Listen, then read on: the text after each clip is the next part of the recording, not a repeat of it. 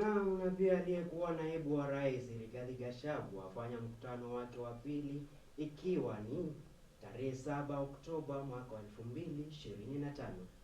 Na wanafunzi kote nchini wakongamana katika mtihani wa kipamoja katika harakati za kujitayarisha kwa ajili ya mtihani wa kitaifa wa KCSE. Naam, chama cha Kiswahili chuo kikuu cha Embu almaarufu CHAKIE chafanya mkutano wao wa 4 ikiwa ni wiki ya 5 ya semia ya kwanza mwaka wa 2025. Naam, karibu katika taarifa kamili. Walidamka Bokrata Kichebu Mosi Gupili wakabandika wakabandua, huku wengine wakiabiri mabasi na matwana.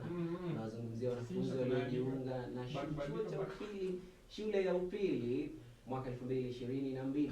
Wametembea katika safari hii ya kuelekea katika bahari. Siku zote bahari iliko ndiko mito iendako, na taswira kamili tutaipata kutoka kwa mtangazaji wetu Mark Isuta.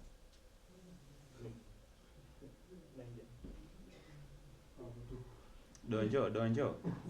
Naingia sasa. Malo. Guys. Nakushukuru kwanza.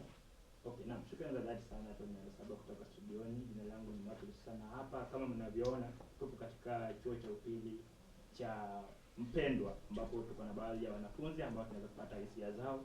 Tutaeleza tu jinsi wanavyojipanga kuhusiana na mtihani wa kukamilisha darasa la 8 na aidha pia kukamilisha kidato cha 4, waweze tukupatia hisia zao.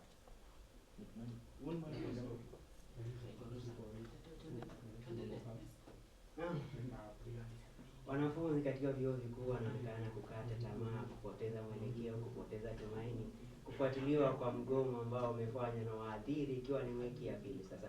Mwenzangu ana habari zaidi. Naam, asante sana mwenzangu Boniface kule studioni.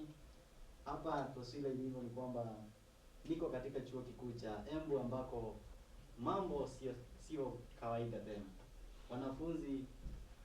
Wanafunzi wa chuo kikuu wanagoma huku na